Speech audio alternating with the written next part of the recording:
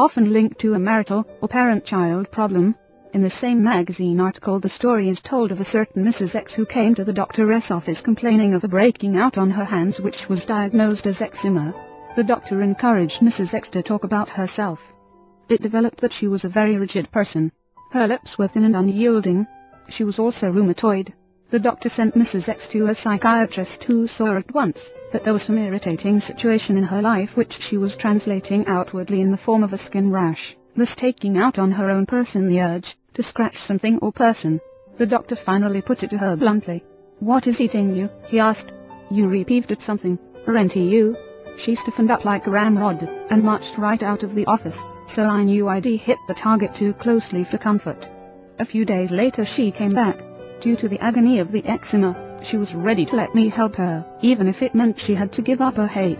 It turned out to be a family row overall, with Mrs. X feeling she had been treated unfairly by a younger brother.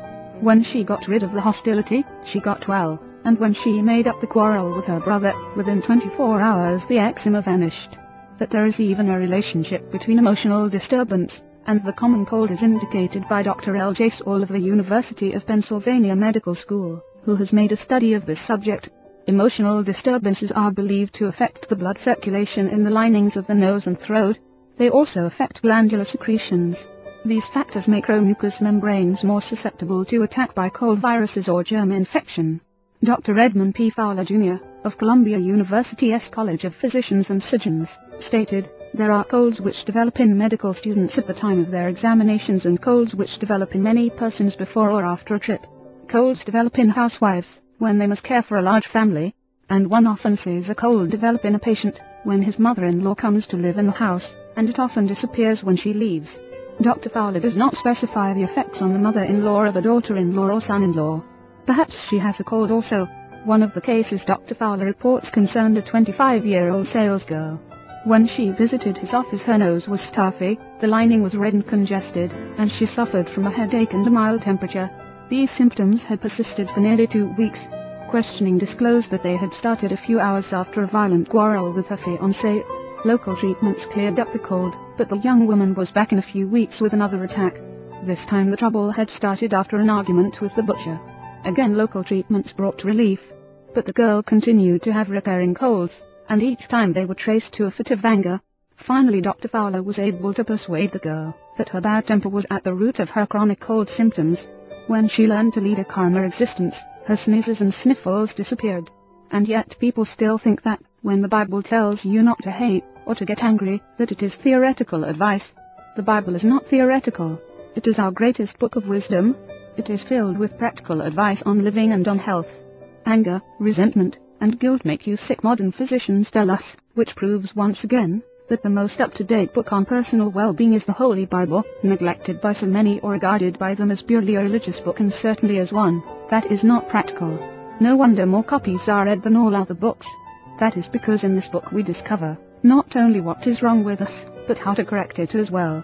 Dr. Fowler calls attention to the emotional cold suffered by children who feel insecure.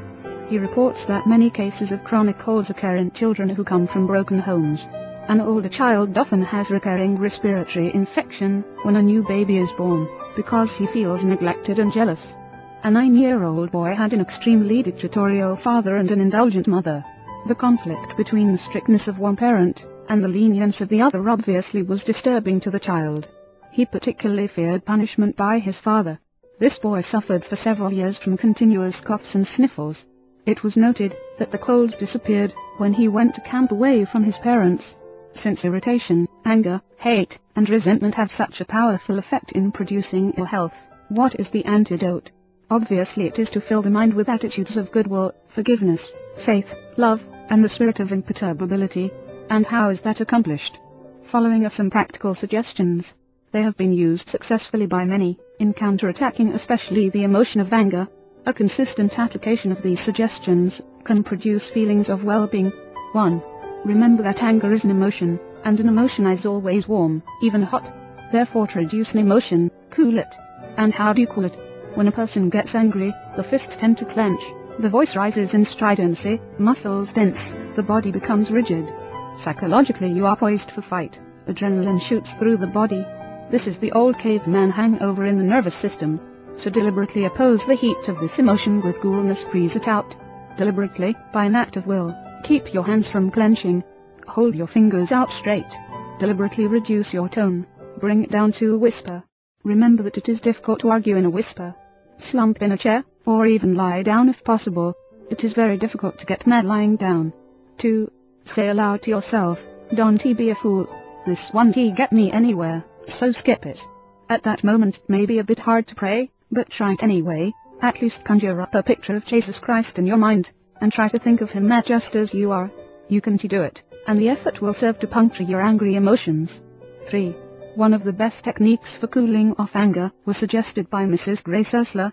She formerly employed the usual count to 10 technique, but happened to notice that the first 10 words of the Lord's Prayer worked better. Our Father who art in heaven, hallowed be thy name. When angry, say that 10 times and your anger will lose its power over you. 4. Anger is a great term expressing the accumulated vehemence of a multitude of minor irritations. These irritations, each rather small in itself, having gathered force by reason of the one being added to the other, finally blaze forth in a fury that often leaves us abashed at ourselves. Therefore, make a list of everything that irritates you. No matter how inconsequential it may be, or how silly each is, list it just the same. The purpose in doing this is to dry up the tiny rivulets that feed the great river of anger. 5. Make each separate irritation a special object of prayer.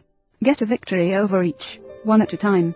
Instead of attempting to destroy all of your anger, which as we have pointed out is a consolidated force, snip away by prayer each annoyance that feeds your anger.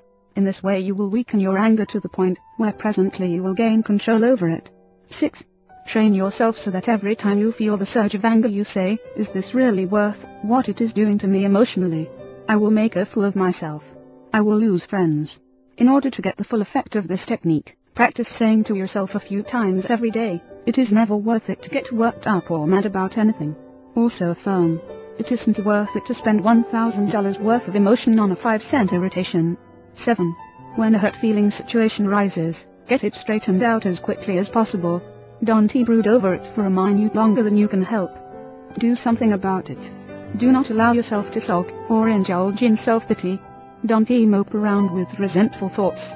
The minute your feelings are hurt, do just as when you hurt your finger. Immediately apply the cure. Unless you do, so the situation can become distorted out of all proportion. So put some spiritual iodine on the hurt at once, by saying a prayer of love and forgiveness. 8. Apply grievance drainage to your mind. That is, open your mind, and let the grievance flow out. Go to someone you trust, and pour it out to him until not a vestige of it remains within you. Then forget it. 9. Simply stop praying for the person who has hurt your feelings. Continue this until you feel the malice fading away. Sometimes you may have to pray for quite a while to get that result. A man who tried this method told me that he kept account of the number of times he needed to pray until the grievance left and peace came. It was exactly 64 times. He literally prayed it out of his system. This is positively guaranteed to work. 10. Say this little prayer: "May the love of Christ fill my heart." Then add this line: "May the love of Christ for dash, insert the other S name, flood my soul." Pray this, mean it, or ask to mean it, and you will get relief. 11. Actually take the advice of Jesus, to forgive 70 times 7. To be literal, that means 490 times. Before you have forgiven a person that many times you will be free of resentment. 12. Finally, this wild, undisciplined, primitive urge in you which flames to service, can be tamed only by allowing Jesus Christ to take control. Therefore, complete this lesson by saying to Jesus Christ, "Even as you can convert a person's morals, so now I ask you to convert my nerves. As you give power over the sins of the flesh, so give me power over the sins of the disposition. Bring my temper under your control. Give me thy healing peace in my nervous system as well as in my soul." If you are beset by temper, repeat the above prayer 3 times every day. It might be advisable to print it on a card, and put it on your desk, or above the kitchen sink, or in your pocketbook. The inflow of new thoughts can remake you. One of the most important and powerful facts about you is expressed in the following statement by William James, who was one of the very few wisest men America has produced. William James said, "The greatest discovery of my generation is that human beings can alter their lives by altering their attitudes of mind. As you think, so shall you be. So flush out all old, tired, worn-out thoughts. Fill your mind with fresh, new creative thoughts of faith, love, and goodness. By this process you can actually remake your life. And where do you find such personality remaking thoughts? I know a business executive, a modest man, but the type of individual who is never defeated. No problem, no setback, no opposition ever gets him down. He simply attacks each difficulty with an optimistic attitude and a sure confidence that it will work out right, and, in some strange way, it always does for him. He seems to have a magic touch on life, a touch that never fails. Because of that impressive characteristic, this man always interested me. I knew there was a definite explanation of his being this way, and of course wanted to hear his story, but in view of his modesty and reticence it was not easy to persuade him to talk about himself. One day when he was in the mood he told me his secret, an amazingly simple but effective secret. I was visiting his plant, a modern, up-to-date structure, much of it air-conditioned.